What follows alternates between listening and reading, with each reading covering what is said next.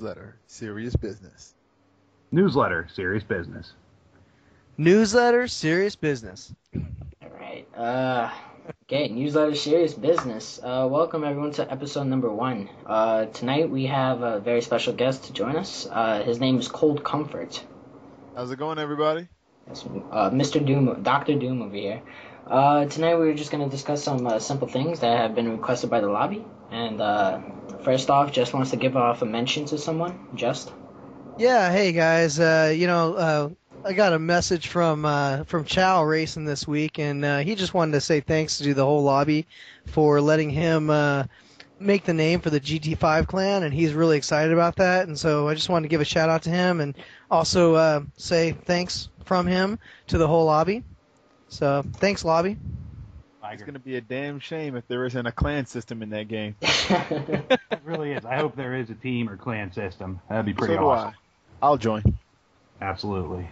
That's right. Well, with 1,000 cars, I can't imagine it not having. True. True. All right, so next thing, Batman. Only one of us has played it, I think. Cold I've Comfort over played here. it, do not own it. Okay. I'm sorry about that. Do you guys want to give off your initial impressions of it, or? Well, it's pretty much everything you've ever wanted out of a Batman game. I mean, you got the stealth elements. You go up and down from stone gargoyles, snatching people off their feet, batarangs, cool gadgets. It's everything you've ever wanted from a Batman game. Yeah, but that's what I do in real life. I mean, well, so now you get to play yourself and save yourself all the bumps and bruises. okay. Well, hey, CC, for somebody who hasn't bought it like myself, I've just played the demo. Would you agree with what the reviewers out there are saying as far as it being probably the best comic book game ever? Well, it's kind of that's kind of a hard thing because there's so many different comic book characters with so many different. I'll say this: it's the truest version of any superhero game to the character that it's based off of. The only thing that even comes close is Hulk Ultimate Destruction, where the whole game is you run around and destroy stuff. Okay, yeah, I can see that. Well, what about as far as learning curves concerned? Like obviously I haven't played it, so I don't really know. I've read a few things here and there, but is there a really high learning curve as far as like learning all the different moves and whatnot, or can I go through it and just kind of know a handful of things and enjoy the game? Yeah, you can definitely learn just a handful of things, a couple of stealth moves here and there, and have a good grasp on how to play. Meanwhile, if you want to get really technical and use the bat line on certain things and inverted takedowns, you can get really technical if you want, but you don't really need to. Okay. What So about it sounds the like developments in it? Are they fully fleshed out? Sorry, Jeff. no, Tom, go ahead. I was curious about the detective elements. I ran into a little bit of that when I played at my buddy's house. Seemed pretty cool. Is that fully fleshed out throughout the game, or is that kind of like a here and there kind of thing? Well, they use it from time to time, but when they use it, there's a detective mode that you can use throughout the game, but some of the more real CSI forensic stuff is sort of built in where there's somebody's fingerprint, and then you use their fingerprint to track it down, but you don't really have a whole lot of hand in that. It's just basically following a path. Okay. So that's sort of linear, but the detective mode in general is actually pretty well established, where you can see the heart rate of the guys you're fighting, so you know how easily it's going to be to take one guy down versus another. Things like that are pretty fleshed out. Oh, that's nice. Nice. All right, one of the big topics that I have... I'm sorry. One of the biggest topics that has been going on this past week is the God of War 1 and 2 bundle being released on Blu-ray with added HD support and trophy support. And it's been very exciting. So what do you guys think about that? Well, first I want to throw out a mention just to say, I think, wasn't it Mech that beat Bot to the punch at mentioning that? I just thought that was funny. Yeah, okay. Yeah. So way to go, Mech. I think you should work for IGN. Yeah. Him and Beast.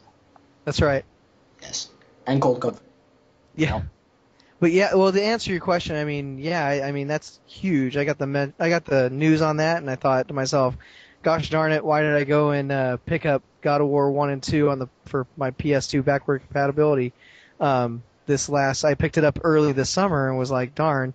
But at the same time, I was really excited, and I'm going to get it anyways. HD and trophies to boot.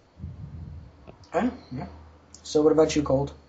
Well, I've never really been into the God of War series. Yeah. But I think, this, if it's for a reasonable price, it sounds like something I'll go ahead and pick up. I've really been thinking about it in terms of if this is successful sales-wise, what else could they do it with? Putting out Final Fantasy 7 through 12 on Blu-ray or Yep. something like that. I agree. There you go. Absolutely. I'm not going to have any money at the end of this year. Oh, yeah, same here. What about you, Tom? Oh, I'm thrilled about the news because, my PS3 is a 40 gigabyte, so no backwards compatibility for me. And the main games that I wanted to play through again were, of course, God of War 1 and 2. I'm a huge God of War nut. I played through them both back when they were on PS2, and I really wanted to play through them again before 3 came out to get, refreshed on the story, kind of get back into the gameplay, all that sort of stuff. And I was just absolutely thrilled when it was formally announced that they'd be coming out on Blu-ray beforehand. Well, yeah. What do you guys think about the fact that they're not being bundled with the actual God of War 3? Now, I noticed that there was a thread about that today. What are your guys' thoughts about that? They kind of hit us with the okie doke on that. Now, granted, not me because I wasn't really planning on getting it, but they did put out a vote for what would you want bundled with 3, and the vote was overwhelmingly for God of War 1 and 2.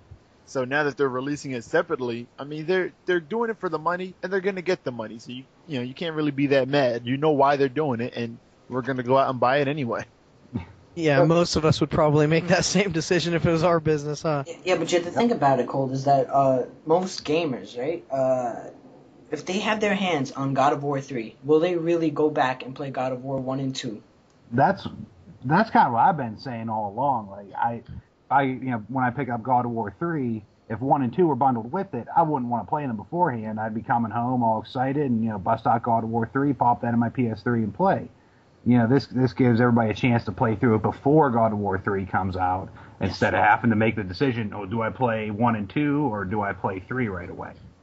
It's the same exact reason why Sony's not putting backwards compatibility back in the PS3. If you can sell a PS2 and a PS3, or if you can sell God of War 1 and 2 and then sell God of War 3, you're double dipping. You're getting your money. Definitely. Yep, you're absolutely right. All right. Any last thoughts, or?